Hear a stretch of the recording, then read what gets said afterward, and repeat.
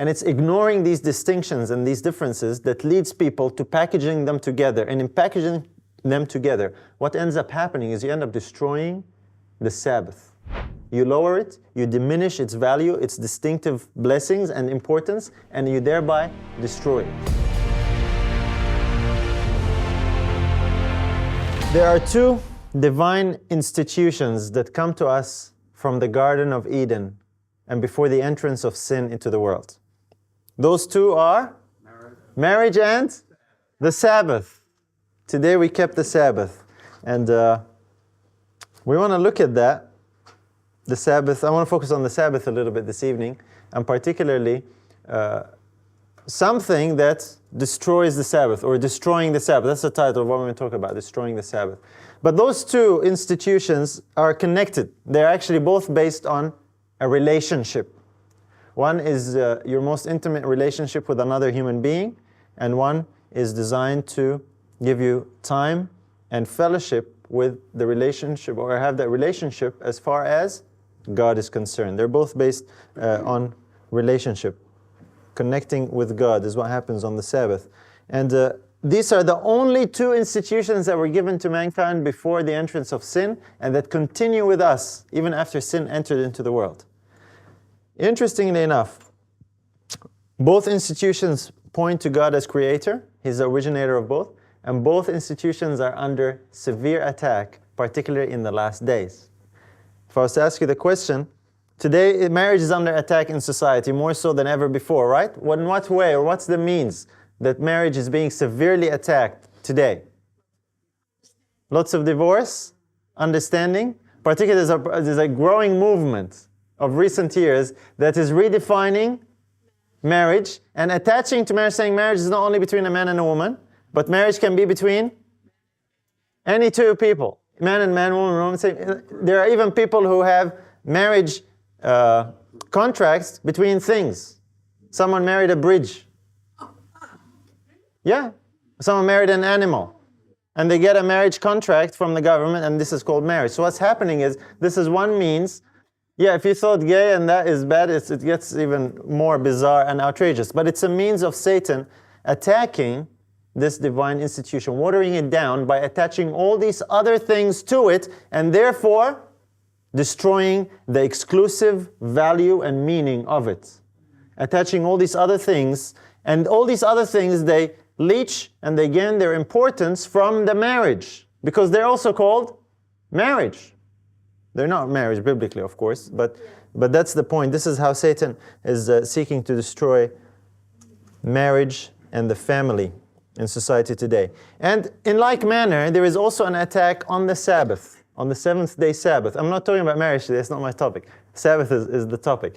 But there is a similar, the modus operandi, the method of Satan is similar in how he tries to attack and destroy things. Sabbath is the one we want to be concerned with this evening. And there's an idea that's gaining more popularity. And this attack actually comes from Sabbath keepers themselves, interestingly enough. And it's not intended as an attack, but there's the idea that's gaining popularity today, is that somehow the Sabbath, the seventh-day Sabbath, is incomplete on its own.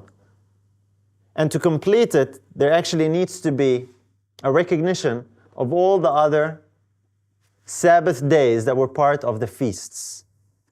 I don't know if you're familiar with that, but the idea is present that as Christians, even particularly if you're a Sabbath-keeping Christian, you need to recognize that you also need to keep the feast days, and they have annual Sabbaths or ceremonial Sabbaths or Sabbaths that appear in them as well.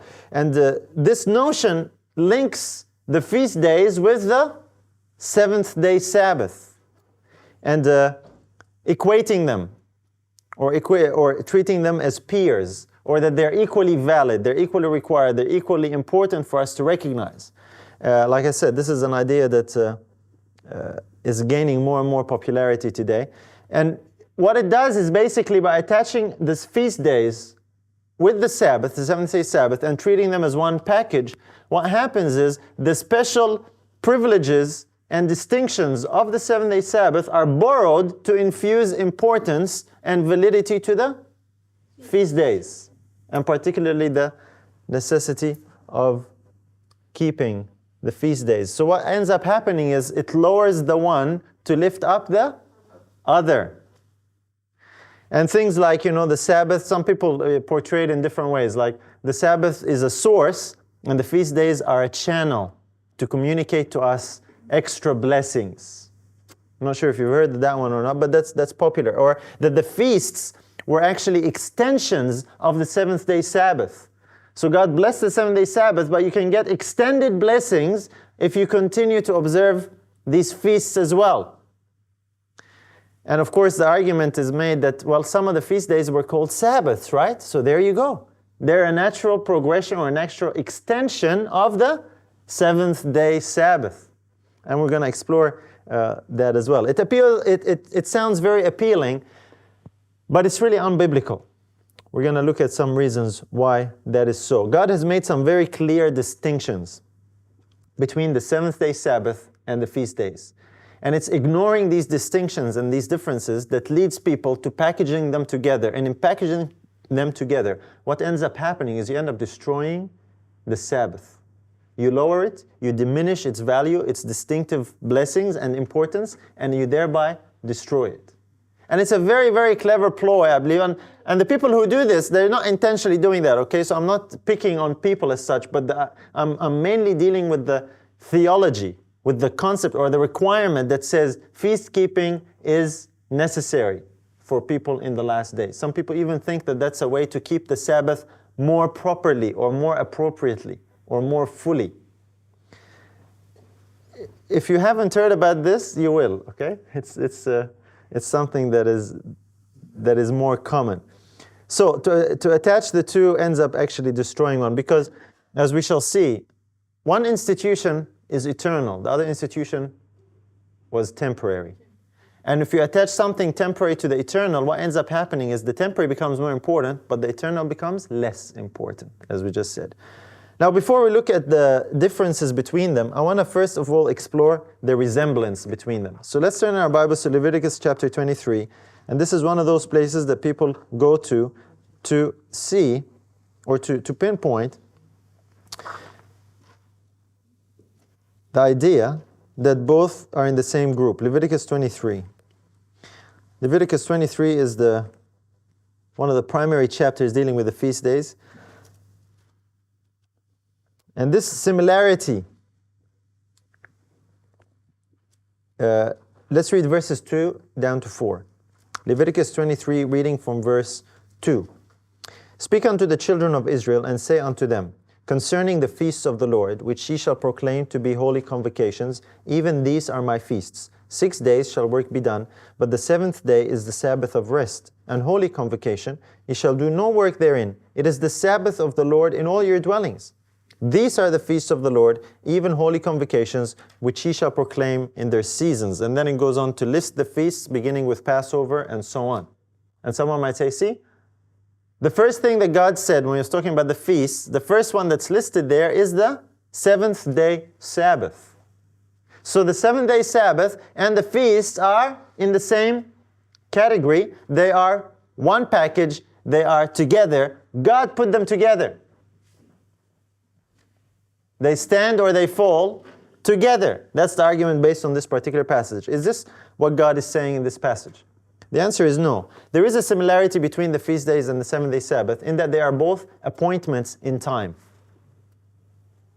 They both are appointments. They are both seasons that God designed to do something specific. That's where the similarity is. And that's where the similarity actually ends.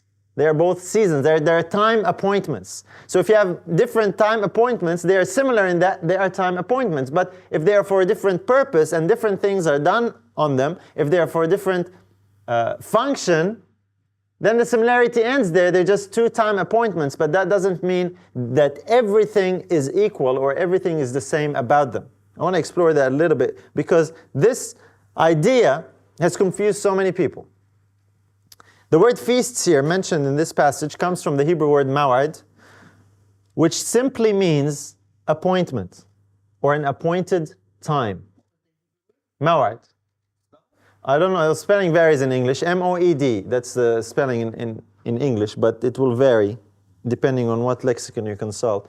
But this word does not always mean festival or a feast, like Passover and Pentecost and so on and so forth. It does mean an appointment. I want to look at a particular text that mentions it, and this is where some people get confused about it. Genesis chapter 1 and verse 14, and then we're going to go into some of the differences. I just want to explore the similarity first and get that out of the way, that it's not as similar as some people think. Genesis 1 and verse 14. And in Genesis 1:14, we have that same word, maw'id, the Hebrew word for, that's translated feast in Leviticus, but actually means appointed time. It's actually in Genesis 1:14. Let's see if you know which one it is. It says, and God said, let there be lights in the firmament of the heaven to divide the day from the night, and let them be for signs and for seasons and for days and years. Do you know which word there is the word for maw'id? It is close, seasons. Okay, you're pretty close, but it's seasons. It's a bit of a question. It's not expected you should know the answer because we only have the English, but that's what I was saying if you want to guess. The word seasons there is the word maw'id. And so people have come to the conclusion and said, see, the word seasons there is maw'id. What that means is the feasts were referred to in this verse.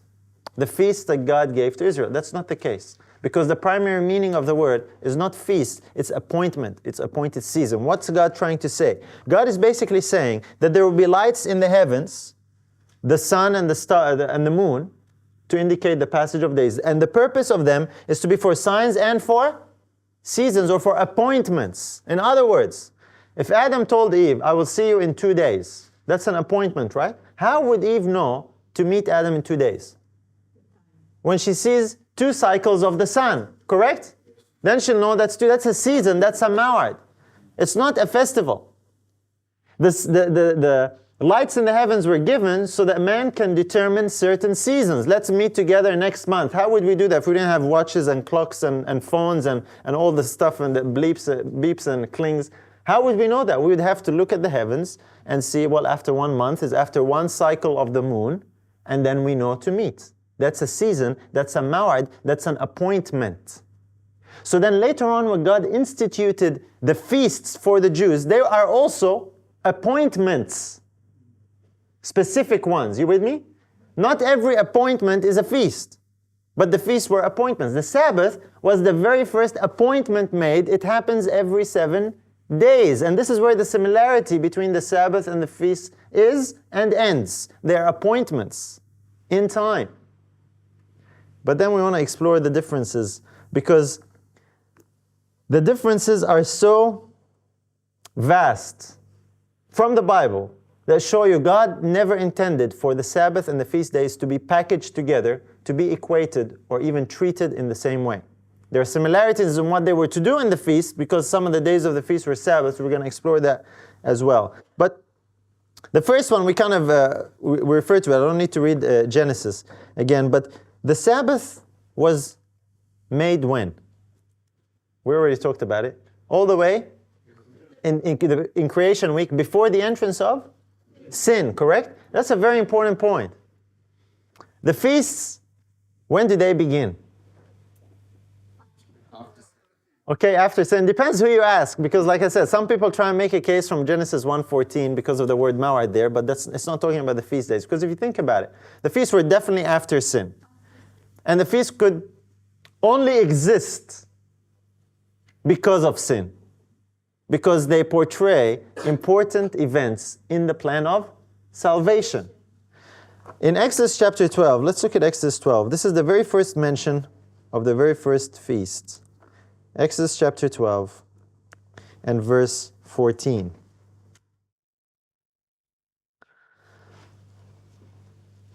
And here,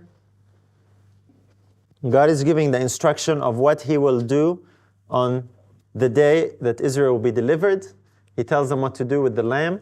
And verse 14, and this day shall be unto you for a memorial, and ye shall keep it a feast to the Lord throughout your generations. Ye shall keep it a feast by an ordinance forever. What feast is this that was instituted? When the angel would pass over if he saw the blood on the door. Correct? It's called Passover. We refer to it as one word, but it was the indicative of the action of the angel when he would see the blood. He would pass over that house and skip that house and spare the firstborn in that house. If they sacrifice a lamb, put the blood on the door.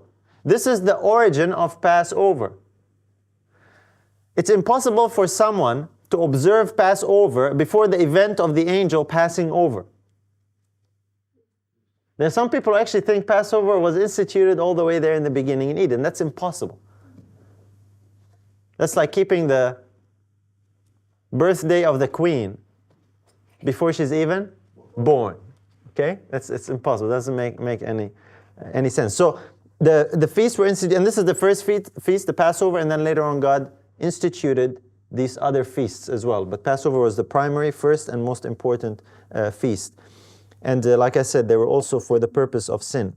On the seventh day, we're told that God rested on the seventh day, that God blessed the seventh day, and God sanctified the seventh day, or hallowed it, made it holy. We have no record as such of God resting, or sanctifying, or making holy any of the feast days.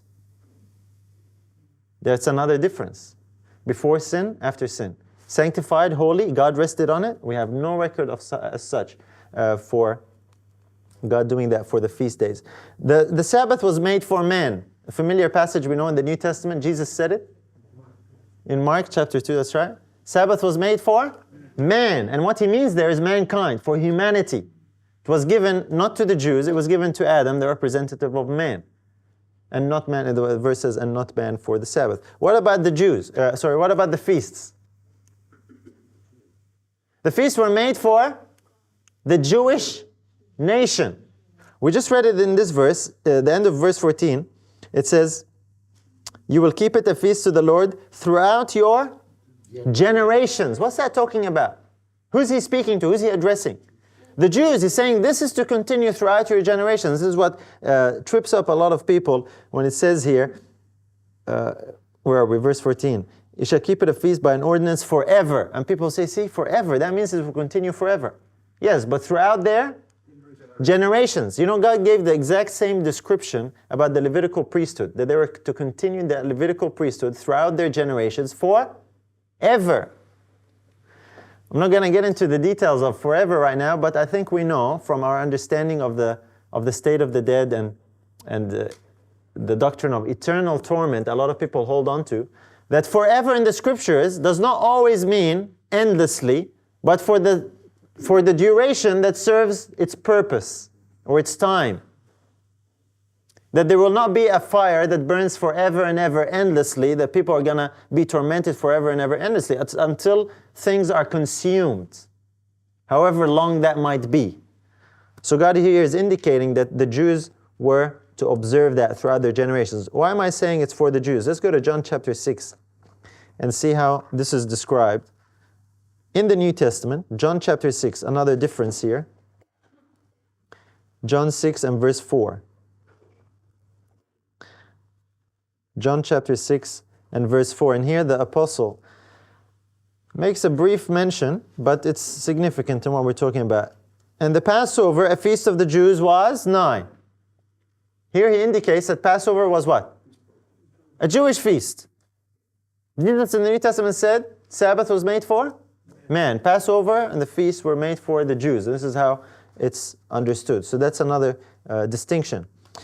The Sabbath what did the Sabbath point to? We know it from the fourth commandment. What's that?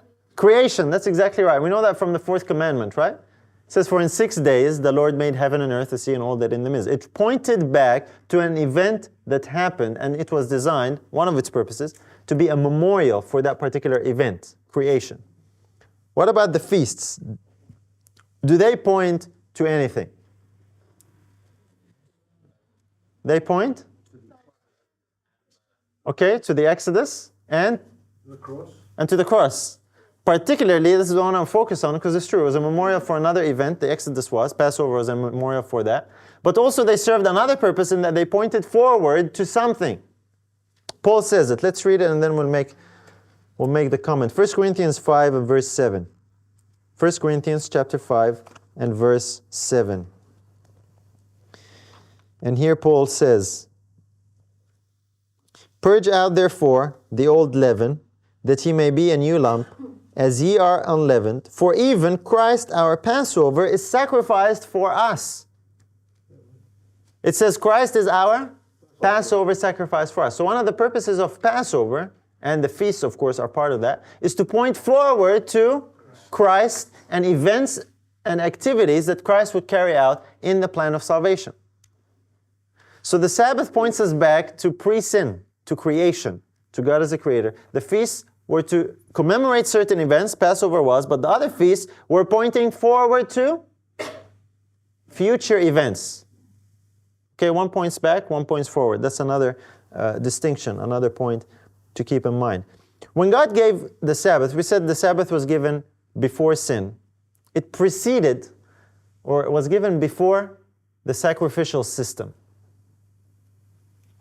This is where it starts to get a little bit difficult for some people. The sacrificial system was only introduced and given to man after sin entered the world, correct?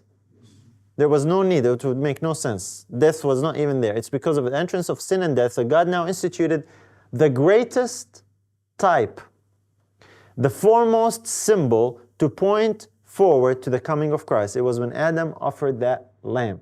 That pointed forward to one day when the Messiah would come and be the fulfillment, would be the sacrifice to be our Savior from sin. The most ancient type, instituted basically at the gate of Eden, was the sacrificial system.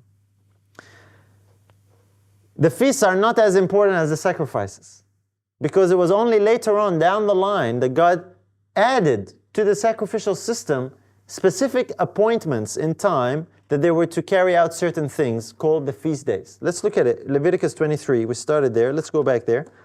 Leviticus 23. And this becomes significant when we understand what the coming of Christ accomplished. Leviticus 23, we want to look at verse 37. Leviticus 23 and verse 37. It says here, "These are the feasts of the Lord, which ye shall proclaim to be holy convocations, to offer an offering made by fire unto the Lord, a burnt offering and a meat offering, a sacrifice and drink offerings, everything upon his day." So according to this verse, what is one purpose for the feasts? To offer offerings made by fire unto the Lord, right? God now introduces these feasts and He says, here, these are the feasts, and they are given to do what? To offer offerings. There's specific offerings on each day, every offering on his day. In other words, now God was adding to the sacrificial system special appointments to offer particular sacrifices, and you link the two, you would get fulfillments when Christ would come. In other words, the time of the Passover and the offering of the Passover lamb would indicate the time when Christ would be offered as the fulfillment of the Passover sacrifice. You with me? The time elements now introduced timings that Christ would fulfill as well. That's what the feasts are. And so God added to the sacrificial system special appointments, special seasons that He revealed now for the first time. So between the two, the sacrifices and the feasts, which one's more important? The sacrificial system, it preceded the feasts. The feasts were added to it and attached to it, and they were given to offer sacrifices. Now I want to mention this because when we go to the when we go to a prophecy in Daniel in the Old Testament, Daniel chapter 9 is a prophecy of what the Messiah would accomplish. And this is a verse, Ezekiel, Daniel chapter 9. This is a verse that some people use to try and actually show that the feasts are valid still. And the verse I'm looking at is verse 27. Speaking of the Messiah, I'm not going to go into the details of the prophecy, but one particular point I want to focus on here. "And he shall confirm the covenant with many for 1 week." Who's that? Messiah. Messiah, the Prince of your people, when He comes. "And in the midst of the week He shall cause the sacrifice and oblation to cease. And for the overspreading of abominations, he shall make it desolate, even until the consummation, and that determined shall be poured upon the desolate. I'm not going to deal with the last part of the verse, but the key point is, in the midst of the week, he will cause the sacrifice and oblation to cease. What's that talking about? Sacrifice and feast added. Okay, all right, that's a good point. How did Christ cause the sacrifice and oblation to cease in the midst of the week? This is the prophetic week, okay? If you refresh your memories, it was a sacrifice once and for all. In other words, in the midst of the week, he would die. And by his death, he would bring a fulfillment of all these sacrifices and thereby cause the sacrifice and oblation to cease. And people say, yeah, that's exactly right. The sacrifices ceased, but it doesn't say here that the feast ceased, right? So we can keep the feasts. That's the argument, that's the reasoning. But here's the thing, brothers and sisters. The verse does not say that the Levitical priesthood would cease, right? It doesn't say that the sanctuary and its services would come to an end, right? Even though that was graphically portrayed by the rending of the veil. What God is doing here in this verse, He's giving the premier, the number one, the most primary and ancient ceremonial symbol that Christ would fulfill. And therefore, everything that was later added to it and associated to it. God doesn't need to rewrite the Old Testament in one verse to tell you Christ fulfilled. He doesn't need to give you the whole list.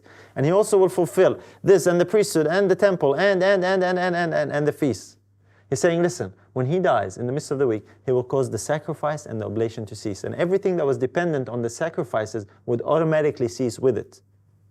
Can you have a Levitical priesthood that does not have sacrifices to offer? No. What about the temple?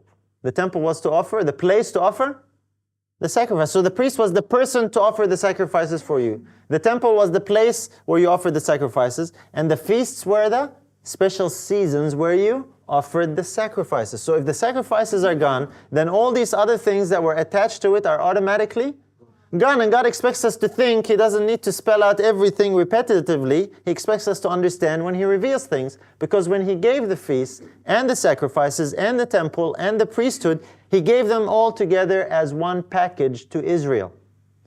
That package is represented by the sacrificial system. So it says He causes the sacrifice to cease. It doesn't literally mean only the sacrifice ceased while everything else continues. No, He gave you the umbrella term that covers everything that was dependent on it. Does that make sense? Otherwise, we misunderstand a lot of things. And so, with the sacrifices gone, everything else goes as well that was dependent on it. And what we mean by goes means it has come to a fulfillment. The reality, what they pointed forward to, has now come, has now arrived. You're looking at me like you want to ask a question. Tell me. The text we just read, Daniel 9:27.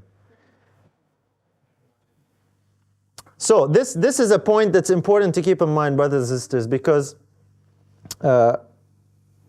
this verse is misunderstood when it comes to separating that which God has joined together. You know, we talk about it in marriage, right? When we do a wedding, we tell people, well, what God has joined together, let no man put asunder. You know, that's a principle. It's not just it's applicable to marriage, of course, but it's not just that, because there are other aspects that God joins together that unless we have authorization from God, we cannot put asunder. God put together that system of sacrifices, of feasts, and all these aspects together in one package. We have no license anywhere to put it asunder or to put them aside. I'm just looking for something here that I want to mention as well. It just came to mind, and I can't readily find it. Just give me half a second here. And it's right there. Okay, fantastic. So does that make sense? Putting together. God put them together as a package. Nowhere has God said, ever, that you can keep the feasts without the need for sacrifices anymore. And there are some other elements that are involved with that. The Sabbath, another difference, was not a shadow or a type. In other words, the Sabbath did not point forward to some greater fulfillment or reality that was to come. The Sabbath pointed to the Creator, back. Whereas the feasts were pointing forward to a greater fulfillment and reality. They were not in and of themselves the fulfillment or the reality. They were symbols that were what we call in theology a type. A type means there is an antitype or a fulfillment for that symbol. Paul indicates that in Colossians chapter 2. Let's look at that. Colossians chapter 2. Another word in the New Testament that's used for these types is shadow. Colossians chapter 2, we're going to look at verse 16 and 17. Again, this is a verse that's sometimes misunderstood. Colossians chapter 2, verses 16 and 17. He says here, the apostle, "Let no man therefore judge you in meat or in drink or in respect of an holy day or of the new moon or of the Sabbath days, which are a shadow of things to come, but the body is of Christ." I'm not going to spend too much time trying to analyze this verse, but simply we learn from this that the holy days, which is, a reference to the feast days, they are referred to as shadows. They were shadows of things to come. In other words, they are not the reality. They needed a fulfillment.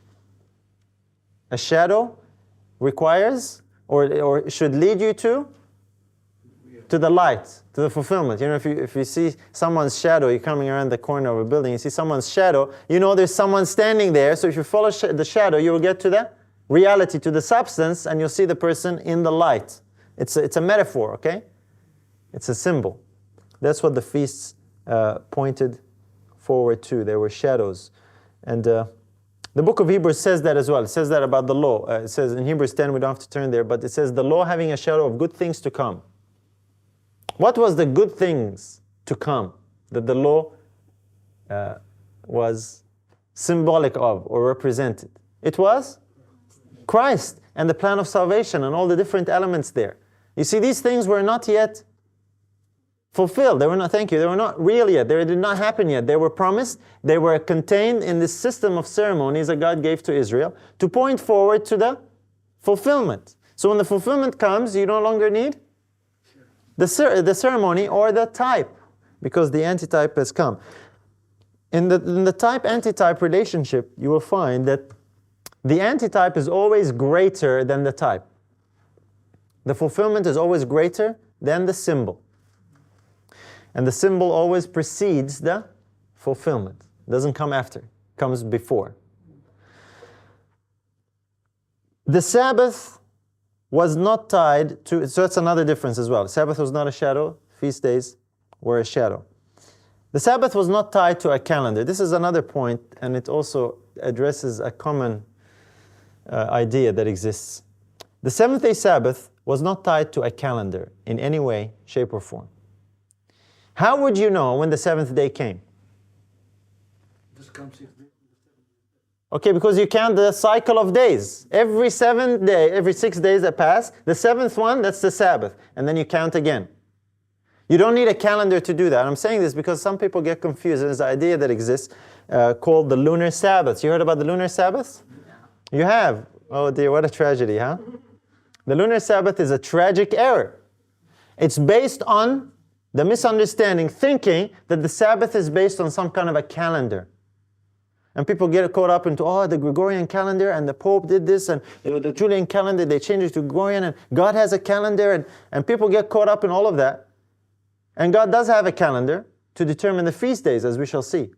But the Sabbath was not based on any calendar, whether it be Gregorian, whether it be lunar, whether it be solar, whether it be astral, whatever calendar you can come up with. You don't need a calendar to determine the seventh-day Sabbath. All you need is what's contained in the fourth commandment. It tells you, in 6 days the Lord made heaven and earth, the sea and all that in them is, and rested the seventh day. It tells you at the beginning there, remember the seventh day, that one, to keep it holy, every 7 days.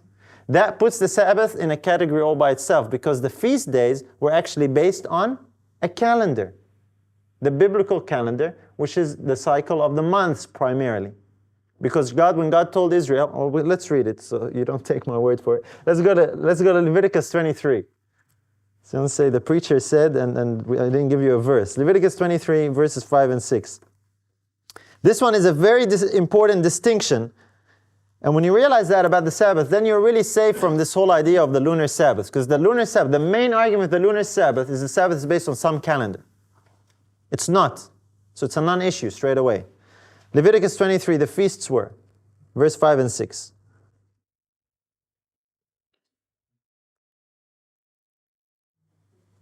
All right, here we go. In the 14th day of the first month at even is the Lord's Passover. And on the 15th day of the same month is the feast of unleavened bread unto the Lord. 7 days you must eat unleavened bread. When he's telling them the first day of the month, the 14th day of the month and the 15th day of the month, that's how would they know the months? That's based on a calendar. In other words, the feast days could fall on any day of the week because they were not dependent on the count of successive days, they were dependent on a calendar. You with me? The seventh day Sabbath cannot just randomly fall on any day of the week. It always comes on the same day of the week, the seventh day. It's not based on a calendar. Your birthday is calendar based, correct? You celebrate it every year on a different day of the week. Calendar-based events, they are not based on the week. The week is not even relevant, whatever day happens. And this is the problem with the lunar Sabbaths as well. When you accept the idea of the lunar Sabbath, the Sabbath can fall on any day of the week. With all due respect, that is total nonsense. That is total nonsense. As a matter of fact, when the cycle of months switches over from one month to the next, sometimes the week is longer than that. And there are people who say, well, you know, these days, and sometimes you have 9 days in the lunar Sabbath idea. Sometimes you have up to 9 days between one Sabbath and the next. That automatically breaks the commandment because it's every seventh day. You know how people overcome that? They say, well, these other 2 days, they don't count. That's what they believe. I'm telling you what they believe. So I'm going to say nonsense. I'm not just trying to be nasty about it. It is nonsense. It makes no sense.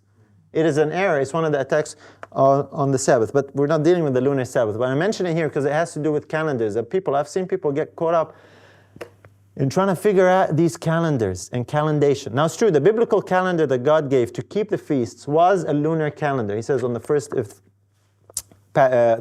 month that they came out of Egypt was to be the first first of the months for them. On the 14th day of that month they did this. 15th day of the month they did this. The festivals that happened on the 7th month are of importance to us, particularly as Adventists. Day of Atonement was on the 10th day of the 7th month. Tabernacles was 5 days after that, right? 15th day of 7th month. These are calendar dates, regardless of what day of the week. So that's a very big difference between those two. They were tied to a calendar. The Sabbath was designed to apply globally. It was not restricted to a location. The feast days were actually tied not only to a calendar but also to a location. Let's look at that. Deuteronomy chapter 16. Deuteronomy chapter 16. How are we doing on time here? Deuteronomy 16 and verse 6 and verse 15. I want you to notice carefully here what it says as well. Deuteronomy 16, verse 6 and verse 15. But at the place which the Lord thy God shall choose to place his name in, there thou shalt sacrifice the Passover at even, at the going down of the sun, at the season that thou camest forth out of Egypt. Question: could they sacrifice the Passover at any place they chose? No. Who made the choice? God. And he says it's the place where God puts his name. Look at verse 15. 7 days shalt thou keep a solemn feast unto the Lord thy God, in the place which the Lord shall choose, because the Lord thy God shall bless thee in all thine increase and in all the works of thine hands. Therefore thou shalt surely rejoice. This is referring to an entire feast, 7 days. They were to keep it where? Anywhere they liked? No, at the place where God chose, or where God put his name. What place is that? Where did God place his name? It is in Jerusalem.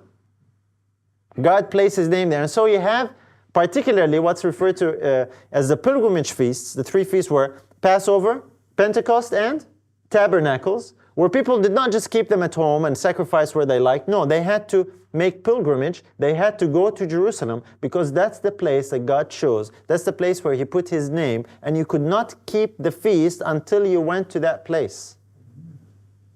So they were tied to a calendar, specific time. They were tied to a geographical location. God has not rescinded that.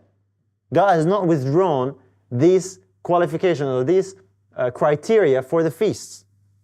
He has not ever said, okay, now you can go keep them wherever. They were all tied together in that place. And in Jerusalem, obviously, there was the temple right there in Jerusalem. They were all tied together into that system. And the temple, the whole heartbeat of the temple, it was the hub of where all the sacrifices took place. That whole sacrificial system was now expanded and embodied in a temple, a priesthood, and special seasons or times or appointments where they were to sacrifice these things, and they were to come from wherever they were in Israel, and 3 times a year they would go to Jerusalem to keep the feasts. You don't have that restriction with the Sabbath, and this is why we're saying that the feast days were not meant for a global application. If you want to keep the feast today, you still have to go to Jerusalem. You realize that? I say that to people, I have friends, and we discuss this. I have friends who keep the feast. I say, brother, what are you talking about? You keeping the feast? You're not keeping the feast. You're in Australia, or you're in America, or say here in New Zealand. God said you need to keep it in the place where He put His name. That's Jerusalem.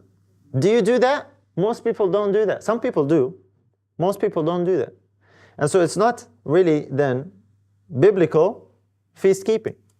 Because you don't only need to go to Jerusalem, you also need to have a sacrifice. And to have a sacrifice, you need to do it in the way that God ordained. You need to have a temple and a priest. So it's a package, you with me? To separate just the feast from that and say the feasts are valid while everything else is not, is to separate what God has joined. There is no Bible authority for you to do that. You know someone else who did that? Is the Roman Church with the 7-day Sabbath, right? God says the 7-day Sabbath is when? On the 7th day of the week. The Pope says, when is it? First of the week. And you know what they call it? The Sabbath, right? They refer to it as a Sabbath. And you say, but hold on, if you want to keep the biblical Sabbath, it tells us when the biblical Sabbath is. You can't separate one condition and say when the Sabbath is, you give it the same name and you say that's the biblical Sabbath. In like manner, you can't separate the feast from the system and say, well, we call it the feast here, but you're not doing anything that God said you are to do on the feast. That is not feast keeping. We went one time to a camp meeting in America, and it was a Feast of Tabernacles.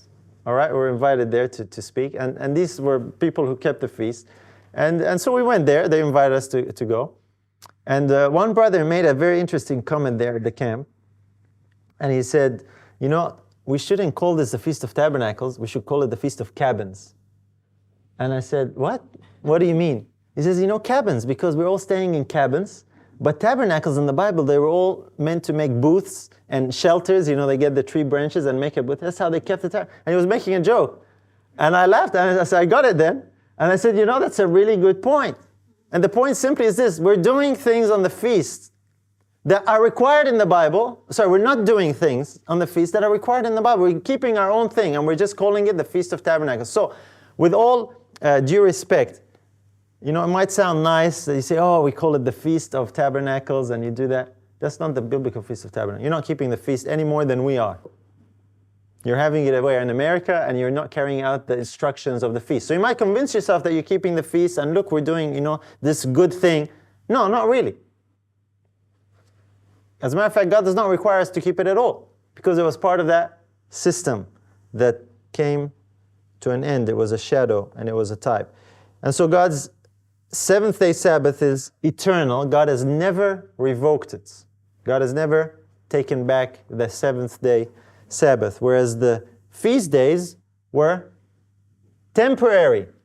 The Bible says the law, was till the seed should come. Let's look at that verse. That's an important verse to look at. Galatians chapter 3, because we'll link it with another one, and I want to make sure we see that one. Galatians chapter 3 and verse 19.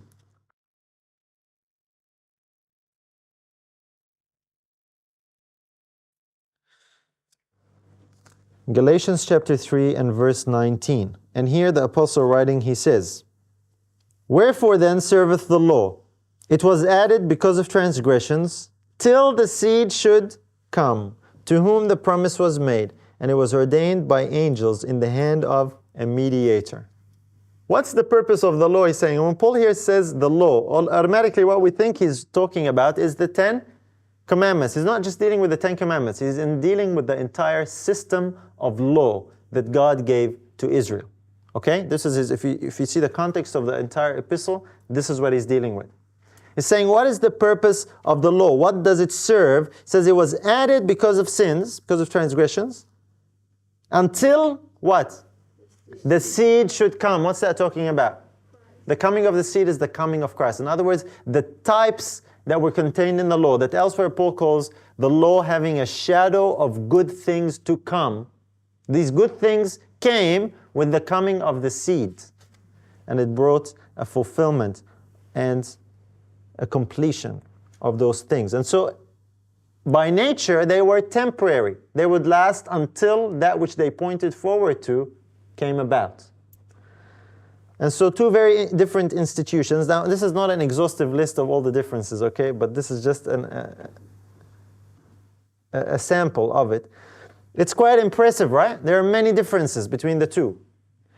There are two different institutions in origin and in purpose, in method of calculation, in duration, in importance, and in application. They're different. You can't treat them as equals. You can't put them on the same footing. You can't put them in one package. They are vastly different. And when you see these differences, it actually becomes overwhelming. All of a sudden, you're impressed with the danger of actually ignoring all these differences to treat them as equal. And this is what happens with the idea that feasts are still necessary to be kept. All these differences are ignored or minimized, and they are all packaged together in one neat package, Sabbath and feast days. And as a matter of fact, people say, well, you know, the Sabbath is a blessing. This is one way a lot of people, accept the feast because it's presented in a very positive light. Meaning, well, the Sabbath is a blessing. You're blessed when you keep the Sabbath. Well, would you like more blessing? Of course, everybody wants more blessing. Who's going to say no to that, right? Say, well, if you keep the feasts, you will be also blessed. Why don't you just come to a feast camp and just see if you're blessed or not? So people, what they do, they go and they're curious or they're interested or whatever. And they'll go to a feast camp and they will attend and they will be very blessed. And they think, man, you know what? Maybe there's something to this feast keeping because the camp was really nice and enjoyable. This happens, brothers and sisters. This is how things are presented. And the problem here is this. It's a mistaking of the blessing. Christ promised a blessing anytime 2 or 3 are gathered in His name, correct? Did He specify any period or limitation of place or time with that promise? At any time, me and brother Luke here, we can go outside under the tree tonight and gather in the name of Jesus. Jesus, He promised to do what? To be with us. Tomorrow I can go with brother Murray up on the hill, different place, different time. And if we gather together in the name of Jesus to pray together, Jesus says He will be there to bless. There will be a blessing. We'll have a blessed season. Correct? So when there is a gathering of believers at a camp meeting, obviously it's happening in the name of who? Of Christ. So you think there will be a blessing there? Of course. What's the source of the blessing? Is it because they met at a particular season? No, it's because Christ is there to bless. So when you mistake the blessing of Christ's presence and attribute that to, we're blessed because we kept this particular time, you are misunderstanding and misappropriating something. The feasts were not blessed, brothers and sisters. You know, if you have a camp at a non-feast time, you think you'll be blessed? Yeah, why? Because the blessing is not based on time anymore. The blessing is in Christ. So sadly, a lot of people, because they're told that, they say, look, if you come to the camp and you're blessed, and they go, and their chances are high that they will be blessed. And they conclude, well, you know what, maybe this feast is right. Maybe there's something to that. And a lot of people, because of that, they say, well, maybe I should keep the feast. That's mistaking the blessing. We need to understand carefully how things are so we can rightly discern. Now, when God, this is another point I should mention. When someone stands up the front, whether it be minister or leader or whoever, and promises a blessing on God's behalf, when God has not made such a promise, you know what the Bible name for such a person is? A false prophet. When you promise something on God's behalf that God has not promised, You are a false prophet. In the Old Testament it says that if someone says something in the name of the Lord, and I did not send him, that's a false prophet. God has not given any blessing or sanctification with the feast days. There's no such promise. So when someone gets up, I'm not trying to say these people are false prophets, I'm saying the theology that presents this way is not authorized by God. It's dangerous. When someone gets up and makes a promise on God's behalf that God has not made, you're on dangerous ground. And sadly, because people, of course, are people. If I ask you a question here tonight, who wants to be more blessed? Everybody will put their hands up. And so obviously people, they want more blessings. So if they're promised a blessing by some authoritative religious or spiritual figure, chances are, especially if someone you respect, chances are people will believe that. And then you go to a particular gathering, which is called a feast at the front, and it's not a biblical way to keep the feast anyway, but it's called a feast. And then you enjoy the season of fellowship because it's in Christ's name. And people then are led to conclude, well, it must be because of feast keeping. I should keep the feasts because I was blessed. That's mistaking the blessing. Jesus said that blessing comes from Him because of His presence. You know, someone promising a blessing on the behalf of God when God has not spoken. The Pope does that as well for Sunday keeping. You know that? And they call it the Sabbath. Same thing. Interesting, right? But here is something that's a little bit closer to home, because these are Sabbath keepers who are getting caught up in this need to keep the feasts. Now, the other thing is that people, in so doing, they make their feelings the indicator for doctrine. Okay? Your feelings, how you felt at a particular gathering, is not the evidence of something being right or wrong. That's a very subjective way to determine things. We don't determine things by feelings. I'll give you a couple of examples. Example number one is biblical. Thomas, he made his feelings the criteria before he would believe that Jesus was risen. Correct? He says, unless I feel with my hands, put my hands here and feel it, I will not believe. He had the testimony of, 1, Jesus told them he would rise. 2, his disciples told him, we saw the Lord risen. Thomas says, no, I will make the condition for believing that that is true, my experience and my feelings. So Jesus put up with Thomas' weakness, and he appears the next week and tells him, Thomas, come here, put your hand here, put your hand here. And then he rebuked him. He said, do you believe now? Be not faithless, but believing. To make feelings the criteria for believing something is 1, faithless. 2, you will be misled if someone can manipulate your feelings. Feelings can easily be manipulated. I'll give you another example. I said I was going to give you 2. If you go to Pentecostal churches, there are people there that speak in tongues, right? Is anyone from Pentecostal background here by any chance, or used to experience tongues? Okay, we have a couple hands. If you talk to people who experience tongues, they will relate to you that they have incredible feeling of happiness, joy, closeness to God, that confirms to them that that must be right. This is what convinces, and you know, it's very difficult, extremely difficult, to try and show someone who has an experience like that from the Bible that this is not exactly the biblical tongues that the Bible talks about, that this is something that is actually a deception. What happens there is the enemy is manipulating the feelings and using the feelings where now people make their judgment of the practice and the behavior based on how good they feel. You know what I'm talking about?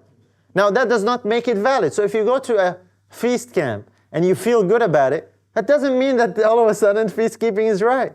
That's a very subjective and very deceptive way of trying to arrive at a teaching, whether it's right or whether it's wrong.